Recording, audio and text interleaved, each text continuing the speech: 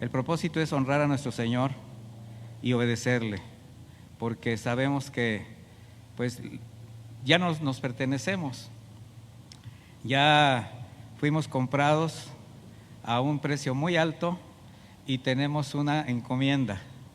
El Señor, cuando dejó su reino, lo hizo precisamente con esa generosidad, con ese propósito, y le dejó a la iglesia una misión muy importante, muy interesante.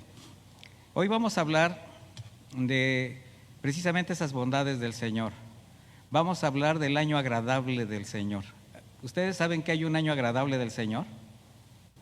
¿Saben ustedes que el año agradable del Señor es todos los días? Desde el momento que Él llegó aquí, a esta tierra. Mire, cuando el Señor fue anunciado en una manifestación sobrenatural a unos pastores,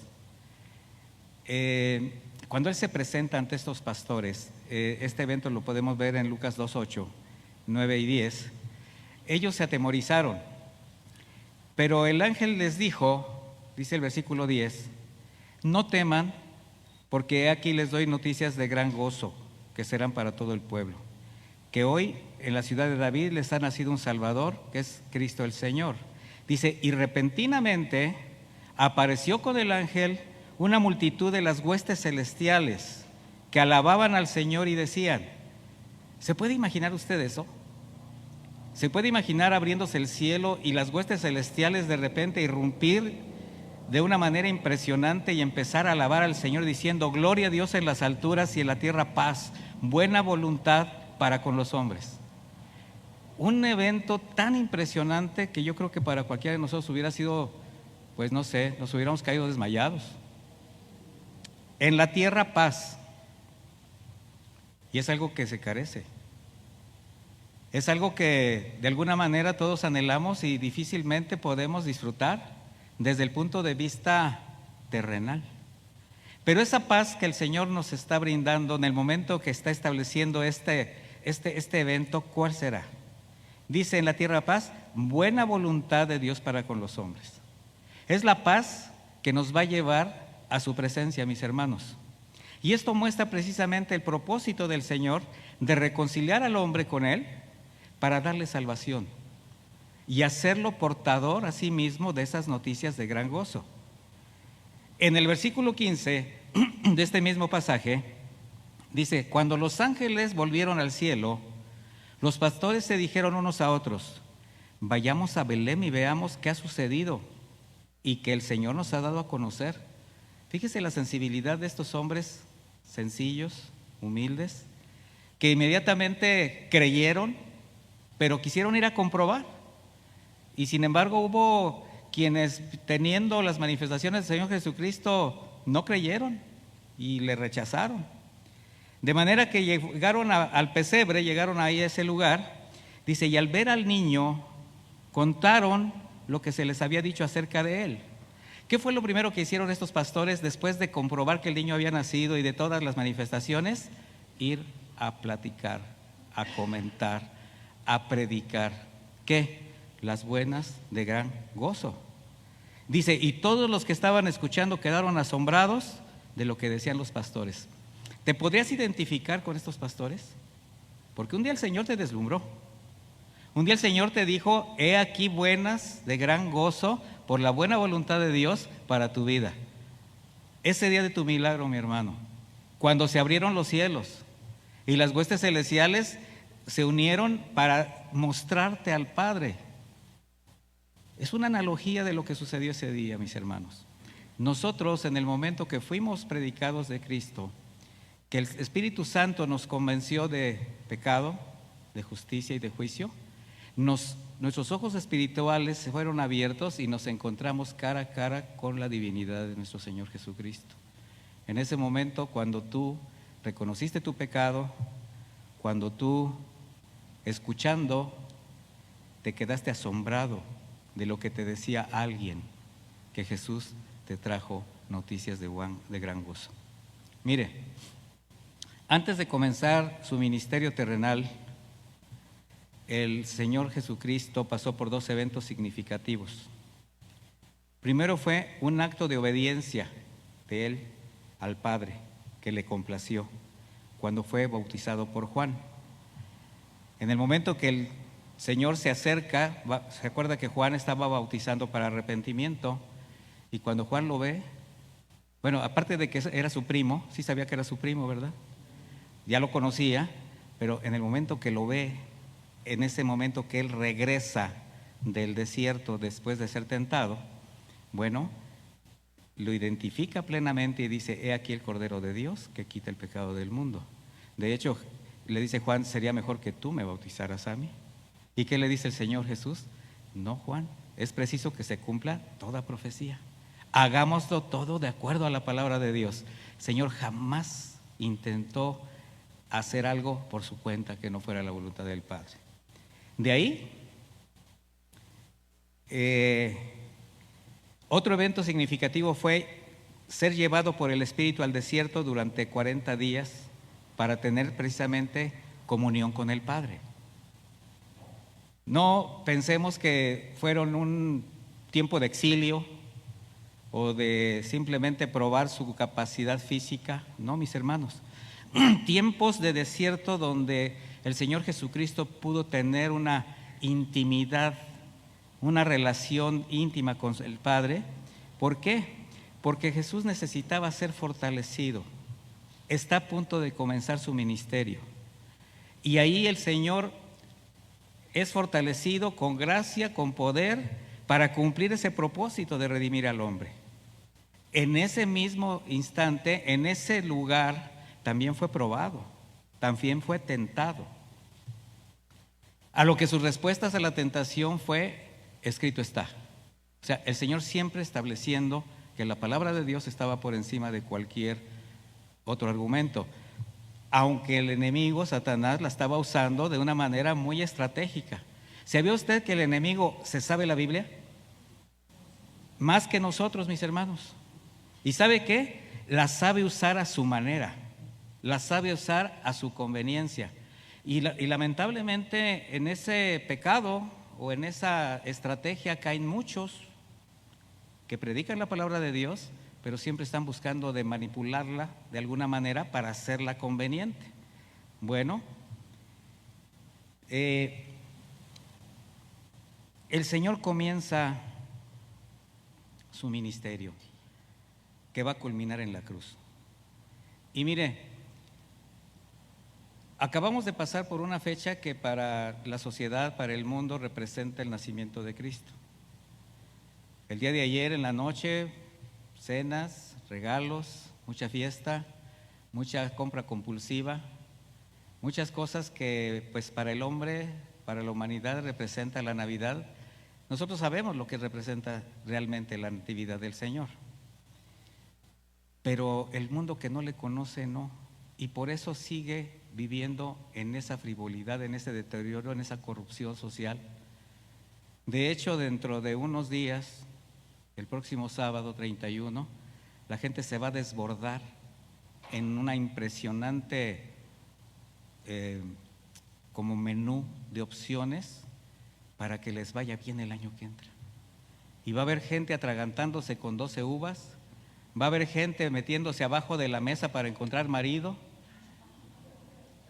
No estoy dando tips, estoy diciéndoles, sí, no. Va a encontrar personas sacando la basura, barriendo, que yo no sé, creo nunca han de barrer su casa, pero ese día la van a barrer para que se vayan las malas vibras. Va a encontrar personas sacando las maletas a la calle para que puedan viajar y tener vacaciones.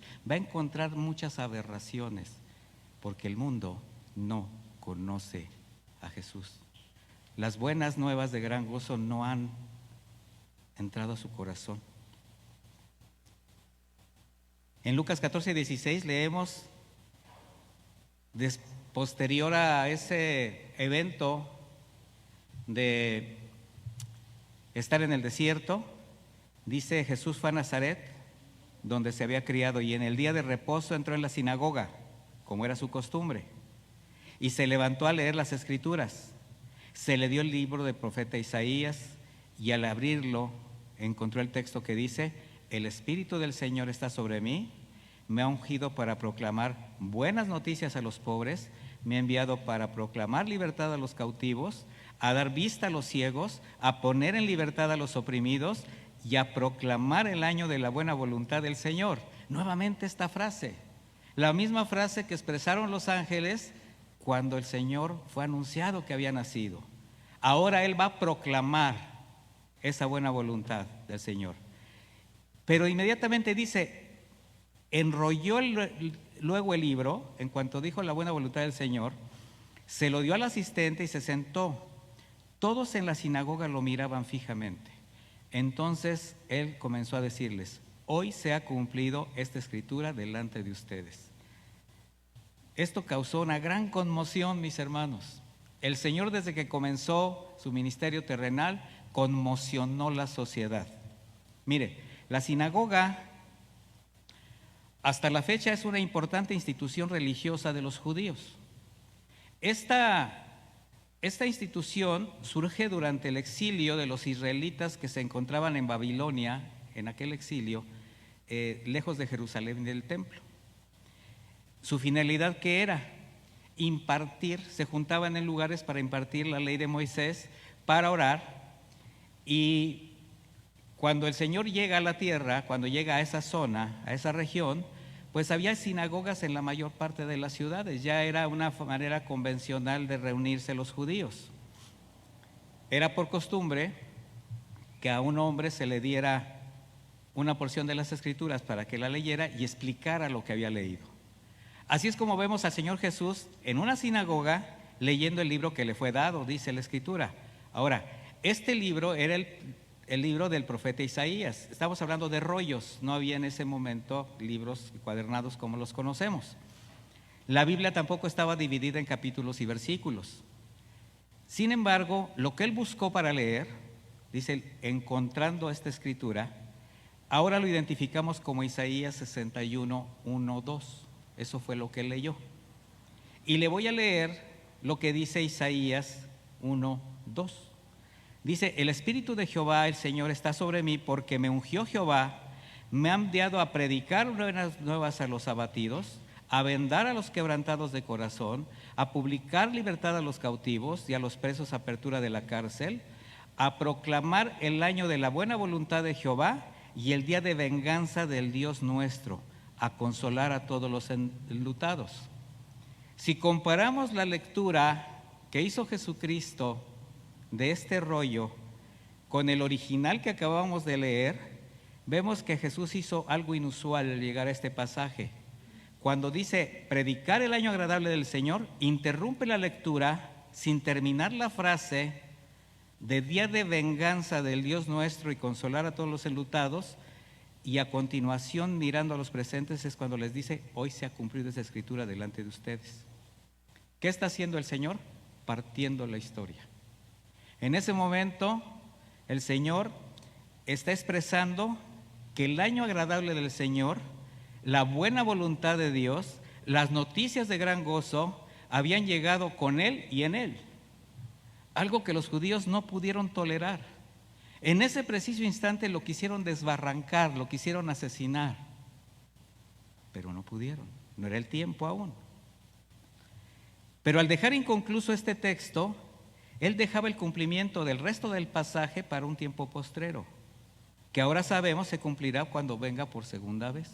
¿Sabía usted que el año de la venganza y de la ira del Señor vendrá? Sí. Por su gracia, porque sigue extendiendo su misericordia, ese día de la venganza del Dios nuestro aún no ha llegado. El apóstol Pedro lo dice de esta manera en 2 de Pedro 3:9. Acompáñeme. 2 de Pedro 3:9.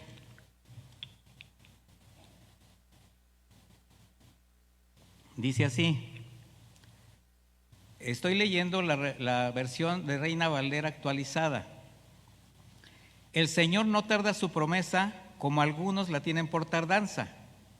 Más bien, es paciente para con ustedes porque no quiere que nadie se pierda, sino que todos procedan al arrepentimiento. ¿Qué es lo que está esperando el Señor, mis hermanos? Que la gente se arrepienta, que la gente escuche las noticias de gran gozo y que la gente entienda que el Señor ha establecido una buena voluntad para con los hombres.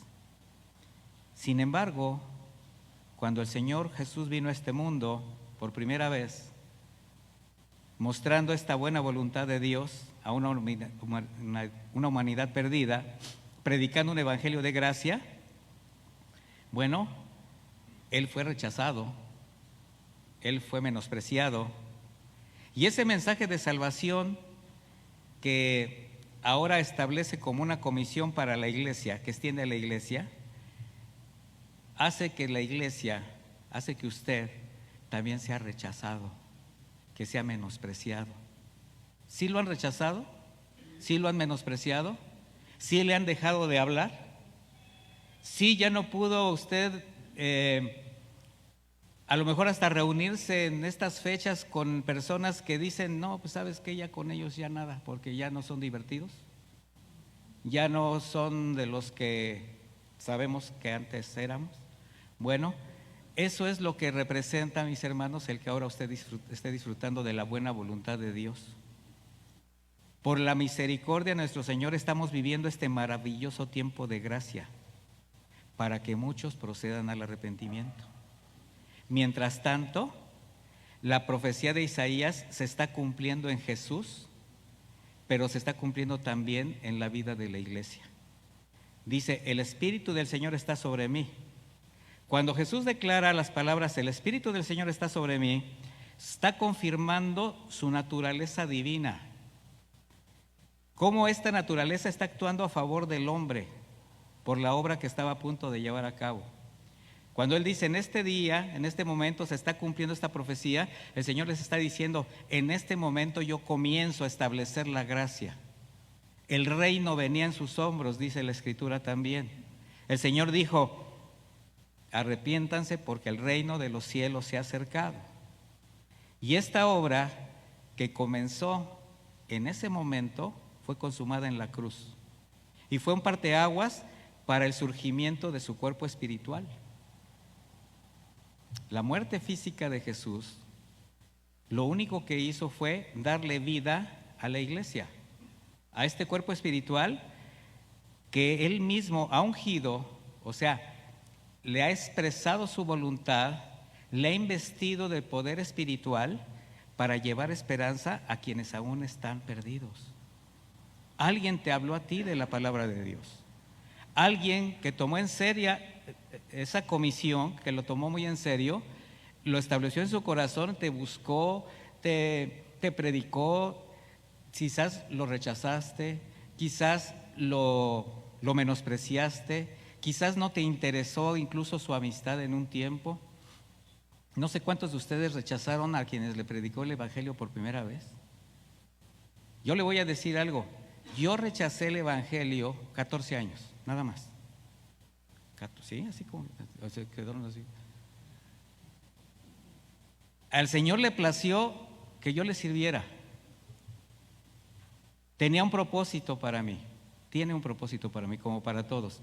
Pero cuando a mí me predicaron el Evangelio, pasaron 14 años para que mi corazón llegara a entender. ¿Y sabe lo que pasó durante esos 14 años? Muchas cosas. Rebelión, pecado, corrupción. Todo parecía indicar que entre más me hablaban de Cristo, yo más me empecinaba en hacer las cosas a mi manera. Y ese es el carácter del hombre. Pero el Señor tuvo misericordia, como de usted también. Yo no sé en la historia de su conversión, pero seguramente fue toda una experiencia sobrenatural y hermosa. El Señor dice, por cuanto me ha ungido para dar buenas nuevas a los pobres, buenas noticias a una humanidad pobre espiritualmente, corrupta, perdida, inmoral.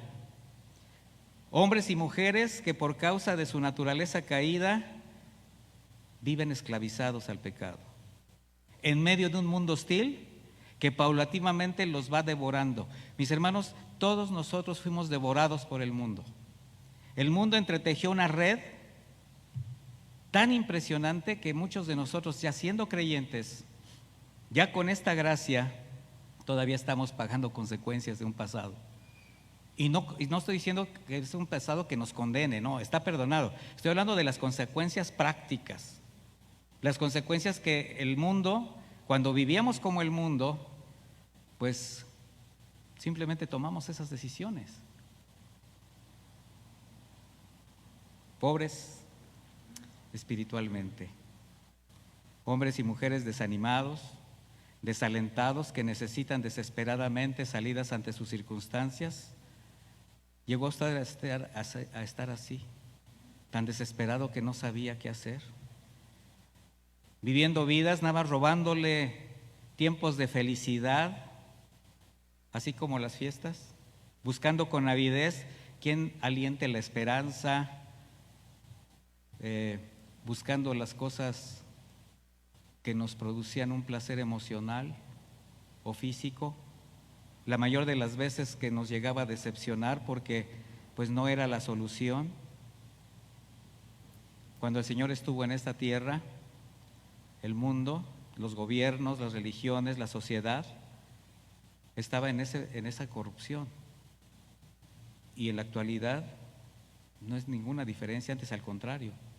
Nuestra generación vive en un mundo lleno de conflictos, de delitos, de vicios, de pobreza espiritual, de decadencia social, como consecuencia del aumento de la maldad. Algo que sabemos que no dejará de suceder. De ahí la importancia y la necesidad del Evangelio de Cristo. De ahí la importancia de las buenas nuevas de gran gozo.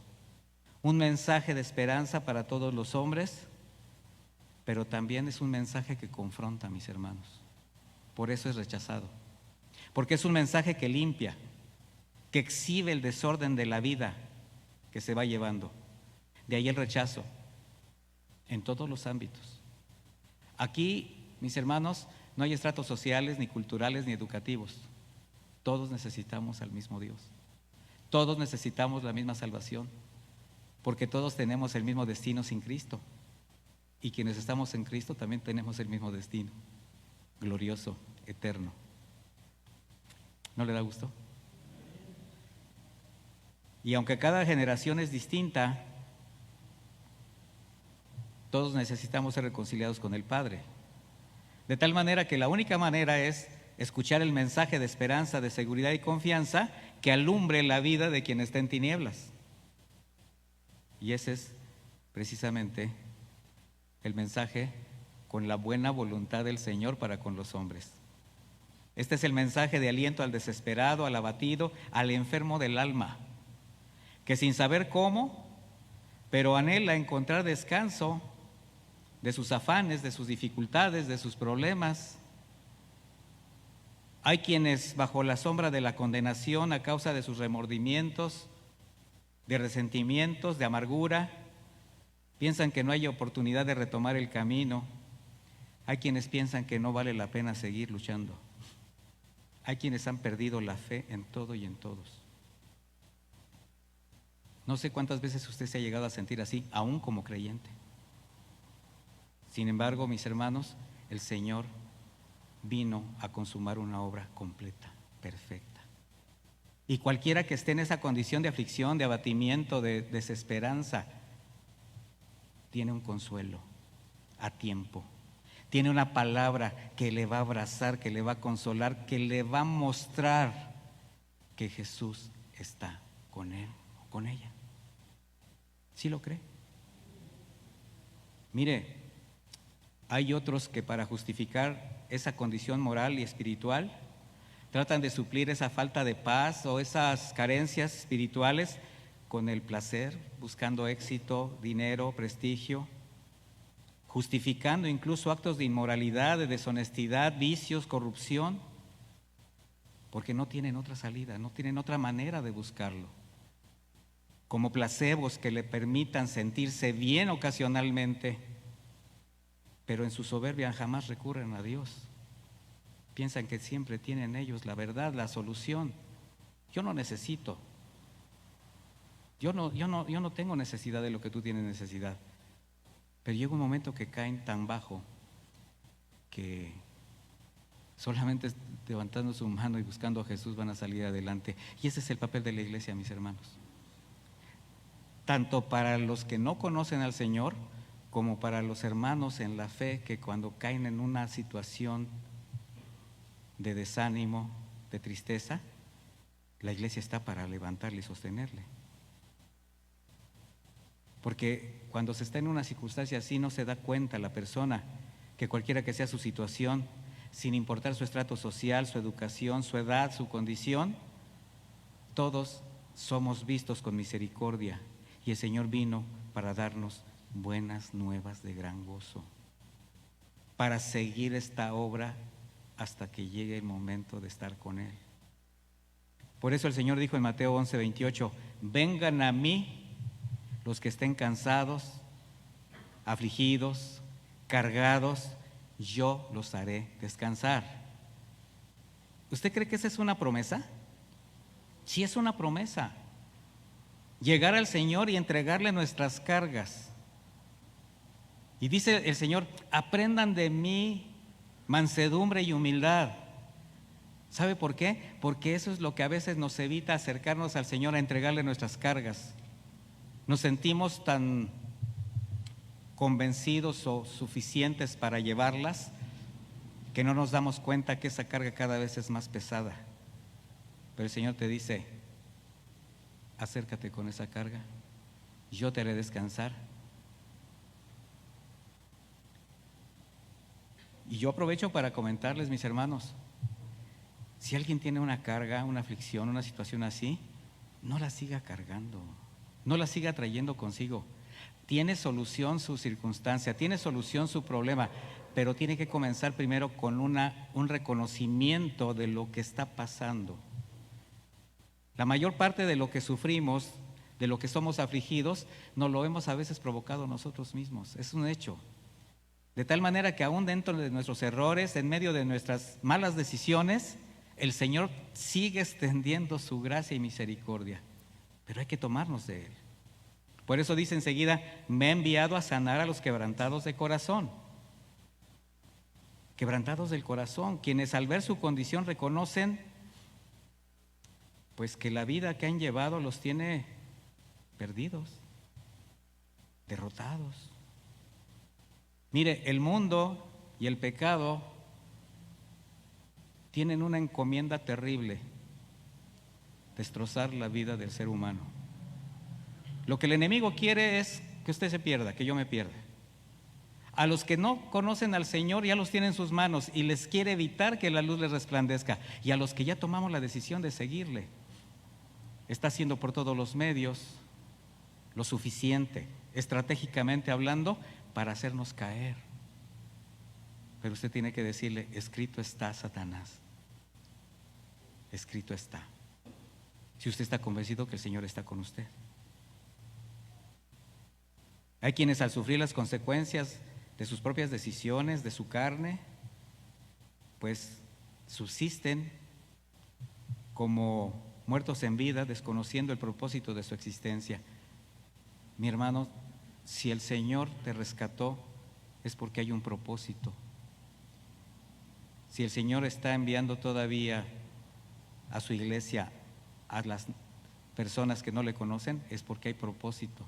Y el principal propósito es de que nadie se pierda, porque el Señor sigue esperando que muchos, de hecho dice la Escritura, que todos procedan a arrepentirse. Porque el enemigo desea destruir al hombre y sus recursos son ilimitados. Los recursos del mundo están a favor de ¿quién cree? Del príncipe de este mundo. Y los va a usar para seducir, los va a usar para hacer caer. Y pues, al ser el corazón del hombre, ¿cómo es? Fraudulento, perverso, corrupto, mentiroso, susceptible a cualquier influencia, pues el pecado y el mundo encuentran en él un ambiente perfecto para sembrar lo que él desea, para apartarte de Dios. Y va a crecer libremente si tú le das cabida.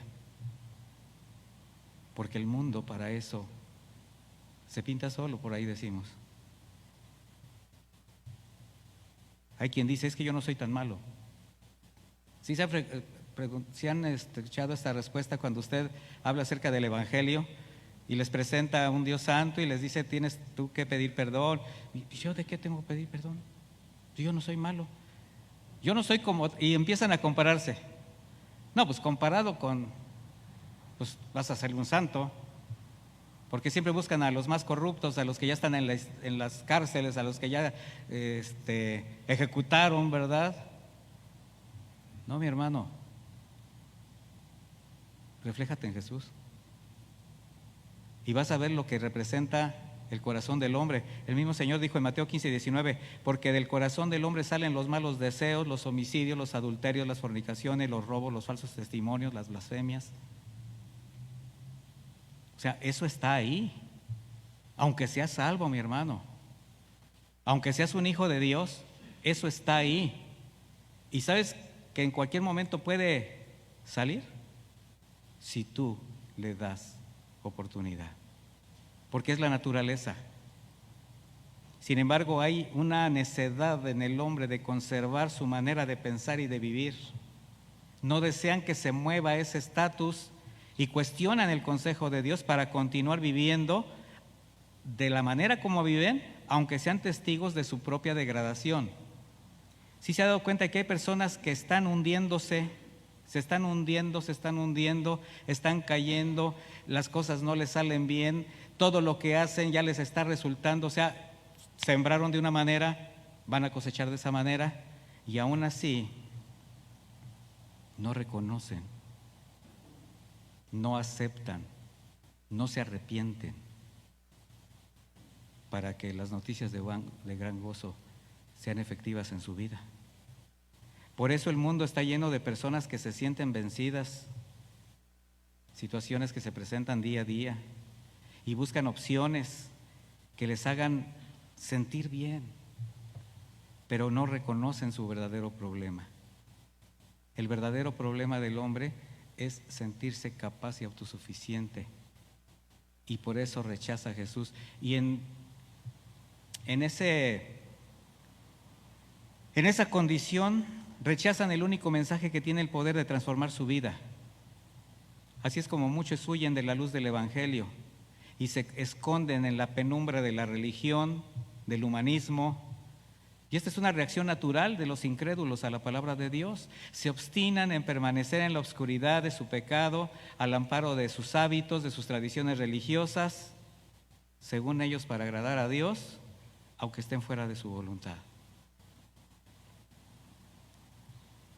El apóstol Juan, en el Evangelio de Juan 3:20, dice, porque todo aquel que hace lo malo aborrece la luz y no viene a la luz, para que sus obras no sean reprendidas. Mas el que practica la verdad viene a la luz para que sea manifiesto que sus obras son hechas por Dios. Explico esto. Aborrecer la luz y no venir a la luz, no recibirla, dice, es porque tienen miedo de que sus obras sean reprendidas. Aquí la palabra reprender no es regañar. Ese es un falso concepto que se tiene, porque la etimología correcta de reprender es exhibir, o sea, que sus obras no sean exhibidas. Y la palabra de Dios, ¿qué es lo que hace?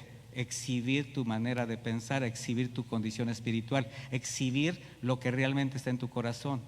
Eso significa reprender. Entonces, cuando ustedes escuchen o lean la Biblia, la palabra reprender, no piense que es un regaño, no, es exhibir la condición. Y cuando tú llegas a la luz, tu condición es exhibida. Por eso no te gusta, por eso te alejas de la luz. Y lamentablemente hay creyentes con dobles vidas, que al verse descubiertos no quieren escuchar ni recibir la palabra. O sea, se han habituado tanto a vivir lejos de Dios, diciendo que conocen a Dios, que ya aman más la oscuridad que las sanas palabras de Jesucristo. Esto es el doble ánimo que hablaba Santiago. El hombre de doble ánimo es inconstante en todos sus caminos.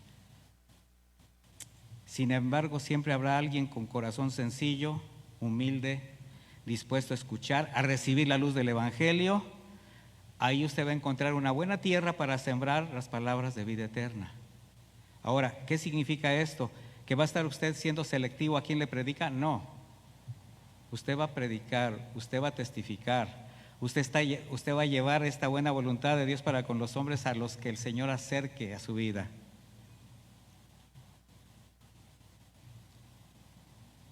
Quebrantados de corazón.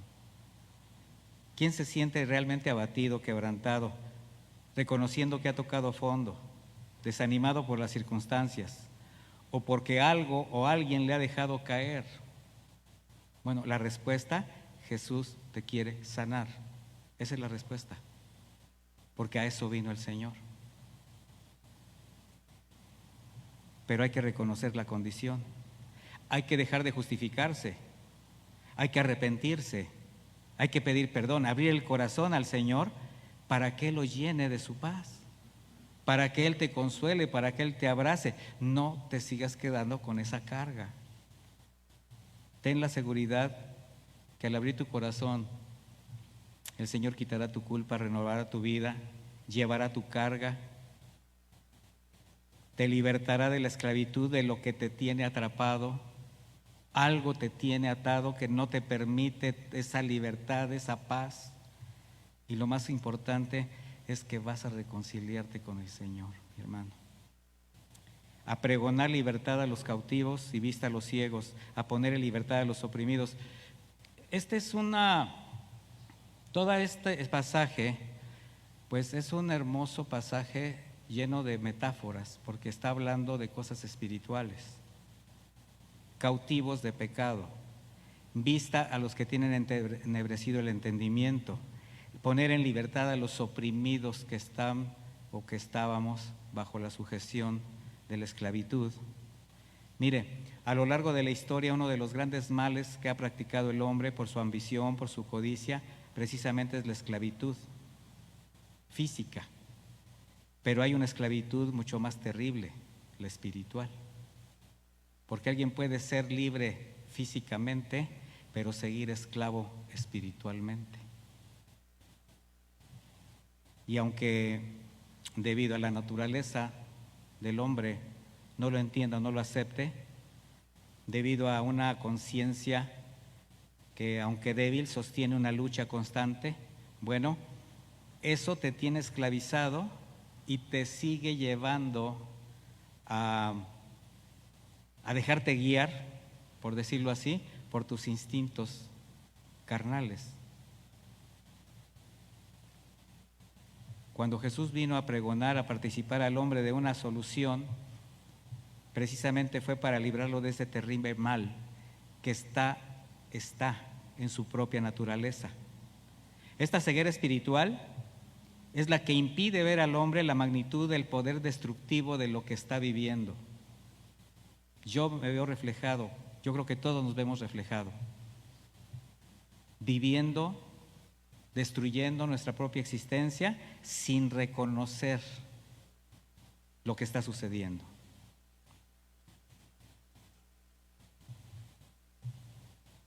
La palabra nos indica que en los tiempos finales, tanto la maldad como la ciencia van a aumentar. Quiero explicarlo de esta manera. Y somos testigos de ella. Somos testigos de cómo la maldad aumenta y somos testigos cómo también la ciencia está aumentando. Pero si usted se da cuenta, con tanto conocimiento, con tanto descubrimiento científico y tecnológico, la mayor parte de la gente sigue ciega a las cosas espirituales y cada vez se arraigan más a las cosas que el mundo ofrece. Están tan orgullosos de su conocimiento, de su suficiencia, que siguen ciegos de lo espiritual. Y no obstante a ese rechazo de la palabra, a ese rechazo de la obra redentora en Cristo, Dios sigue extendiendo su misericordia, su gracia, mostrando su buena voluntad para darles libertad. No hay peor ciego que el que no quiere aceptar que es ciego. Esa condición de ceguera, mis hermanos, está presente también en la cristiandad actual. Y me estoy refiriendo a quienes mencionan a Cristo como parte de su vida, pero realmente no le han reconocido como quien es Él. Lo voy a decir de esta manera. Todos decimos que Jesucristo es nuestro Salvador y Señor, ¿cierto o no? ¿Jesucristo es su Salvador? Sí. ¿Y sabe qué? Eso es por gracia. El Señor lo ganó. Y simplemente lo que usted hizo fue reconocer el sacrificio de Jesucristo. Pero realmente, ¿usted lo ha hecho Señor? O sea, ¿Jesucristo es mi Salvador? Sí. Ahora pregúntese, ¿Jesucristo es mi Señor? Porque hacer Señor al Señor significa que ese libro que tiene en las manos, si tiene Biblia, es su norma de vida. Que los mandamientos del Señor, sus preceptos, su consejo, es lo que usted tiene como una guía para vivir en este mundo. Eso es hacer Señor a Jesucristo. ¿Hacerlo Salvador? Qué fácil. El Señor dijo solamente cree. Pero hacerlo Señor ya corresponde una inversión personal. Porque allí es cuando tú te sometes, cuando tú te sujetas, cuando tu ego es vencido, cuando tú reconoces tu condición y te afianzas de la mano del Señor. En aquel tiempo, pese a lo escrito, en el tiempo de Jesús, pese a la escritura pues que tenían hasta ese momento por conocimiento, los profetas, los salmos, proverbios, bueno, cada sábado lo estudiaban esto en las sinagogas. Sin embargo, los judíos jamás pudieron entender ni discernir al Mesías prometido. Lo tenían delante y no lo discernieron. Pero ¿qué cree? Sí sabían quién era. ¿Qué fue lo que evitó que ellos abrieran sus ojos espirituales, que ellos lo recibieran como tal? Su soberbia, su ego, su conveniente sistema religioso al cual no querían prescindir porque les tenía muchos beneficios. Los días son muy malos, mis hermanos.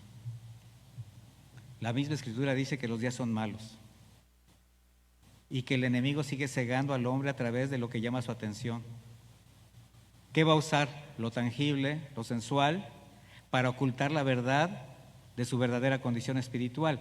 De ahí la importancia de abrir los ojos espirituales, y eso solamente va a ser posible a través de Jesús, para comprender cuál es la verdadera y buena voluntad del Padre. Por eso dice el Señor, y a predicar el año agradable del Señor. La predicación del Señor Jesucristo se fundamentó en mostrar al Padre, mostrar el reino como la única forma de acceder a Él. Él dijo, yo soy el camino y la verdad y la vida, y nadie llegará al Padre si no es a través de mí. Él dijo, arrepiéntanse porque el reino de los cielos se ha acercado. El reino de Dios, mis hermanos, como todo lo bueno, viene del Padre y tiene una dimensión de eternidad. El Evangelio es el instrumento para que nosotros llevemos a las personas delante del Padre. ¿Sabía usted que es portador de un mensaje con dimensión de eternidad? Mire, el mensaje que usted es portador tiene dimensión eterna, porque la persona que reciba a Jesucristo como Señor y Salvador se va a salvar eternamente, y el que lo rechace se va a perder eternamente. No hay medianías, no hay otra forma. En el año agradable del Señor, cuando se consumen todas las cosas, hasta ese momento es cuando no habrá más llanto, más tristeza, ni cansancio, ni muerte, no habrá dolor ni enfermedad, solo goce y paz, porque ya no habrá tinieblas. Y el resplandor de Jesucristo, el resplandor de la gloria de Cristo será el que nos una, será el que nos llene totalmente, mis hermanos. El año agradable del Señor, las buenas nuevas de gran gozo, la buena voluntad del Señor para con los hombres, establecida desde el principio. Para concluir, le quiero leer dos escrituras. En Amós 5:4 dice, pero también así ha dicho el Señor al pueblo de Israel, si ustedes me buscan, vivirán. Usted lo lee como buscadme y ¿qué? Y viviréis.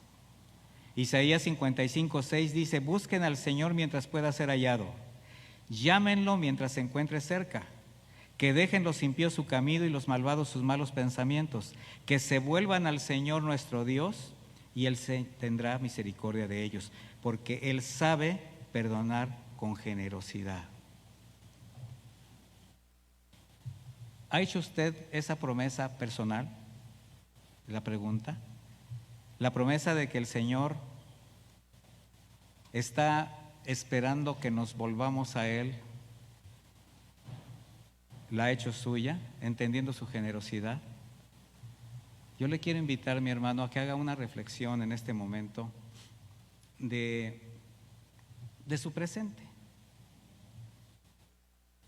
ya como hijo de Dios, ya como un redimido que solamente está esperando el regreso de nuestro Señor Jesucristo, ya sea que Él venga, ya sea que Él nos llame. ¿Cómo está usted viviendo su salvación? ¿Cómo está usted viviendo las buenas nuevas de gran gozo? ¿Realmente su corazón está limpio? ¿Su corazón está en paz? ¿Tiene usted el consuelo del Señor? ¿No hay nada que interrumpa, no hay nada que evite que usted se pueda acercar con libertad al Padre? Todo eso es importante para nosotros hacer un balance, podríamos decirle. Un balance de hasta hoy, cómo está nuestra vida. Yo le voy a invitar a que se ponga de pie para que hagamos una oración. Y mientras escuchamos esta oración, meditemos un poquito. ¿Cómo está mi condición delante de Dios hasta el día de hoy? ¿Qué tanto he hecho mías las promesas de mi Padre eterno que está en los cielos? Porque el Señor vino a dar buenas nuevas a los pobres. El Señor vino a predicar el año agradable del Señor. Mis hermanos,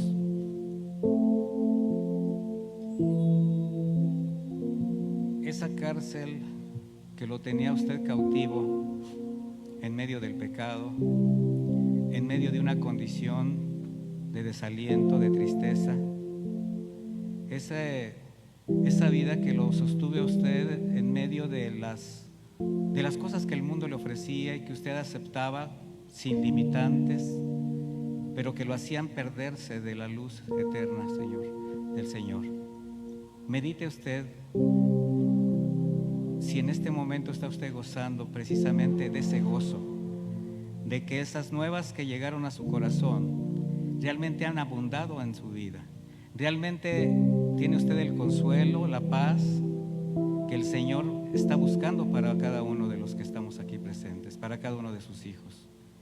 Y si usted tiene alguna carga que no le ha entregado, si usted tiene alguna situación difícil que no ha reconocido, si hay algún pecado no confesado, yo le animo, mi hermano, mi hermana, a que usted también sea generosa con usted misma, con usted mismo, y quítese esa carga. Déjela a los pies de la cruz, déjela a los pies de Cristo y llévese el consuelo del Señor, porque a eso vino el Señor, a vendar a los quebrantados de corazón, a levantar a los caídos y a los presos de la corrupción, del pecado, de los malos hábitos, de los vicios, darles libertad. Reconozca, mi hermano, no se quede como vino. De hecho, no permanezca en la misma condición que hasta hoy lo ha tenido todavía, con circunstancias que no le han permitido vivir la verdadera vida que el Señor le quiere dar, la verdadera libertad en Cristo. Y en un acto de fe, entregarle. Aquí no se trata de hacer compromisos, aquí se trata de que usted delante de Dios reconozca cuál es su condición, su necesidad. Él sabe lo que usted necesita. Él sabe la manera como usted tiene que limpiar su corazón. Él sabe lo que usted necesita rechazar, desechar. De hecho, Él se lo ha demandado quizás en muchas ocasiones. Cada día es una nueva oportunidad de entregarle aquello que nos sigue cargando, que nos sigue lacerando, que nos sigue afligiendo. Te damos gracias, Padre eterno, por este día. Te damos gracias por la bendición de tu palabra. Te damos gracias porque un día vino nuestro Señor Jesucristo a darnos libertad, a limpiar corazones, a levantar a los caídos, a vendar a los quebrantados, a dar libertad a los cautivos, de los cuales nosotros éramos, Señor. Pero llegó tu luz, llegó tu misericordia, nos alcanzó, y ahora podemos decir con libertad que nos podemos acercar a dejar nuestras angustias, nuestras aflicciones al trono de la gracia para encontrar el oportuno socorro. Y aquí estamos para ello, Señor, reconociendo que somos débiles, que somos vulnerables, que si bien somos tus hijos, pero necesitamos, Señor, estar afianzados a nuestra fe, estar afianzados a ti, Señor, permanecer en el pámpano, permanecer en la rama, permanecer, Señor, hasta que a ti te plazca llevarnos contigo. Gracias por tu palabra, Señor. Yo te pido que guardes la vida de cada uno de mis hermanos, cada familia aquí representada, y que nos sigas sosteniendo con tu palabra, que nos sigas sosteniendo con tu provisión, con tu cuidado, con tu misericordia. Extiende tu gracia sobre cada una de estas familias, Señor. Extiende tu gracia sobre tus hijos y guárdanos de todo mal, Señor. Te lo rogamos en el bendito nombre de Jesús, tu Hijo amado. Amén y amén. Que Dios les bendiga.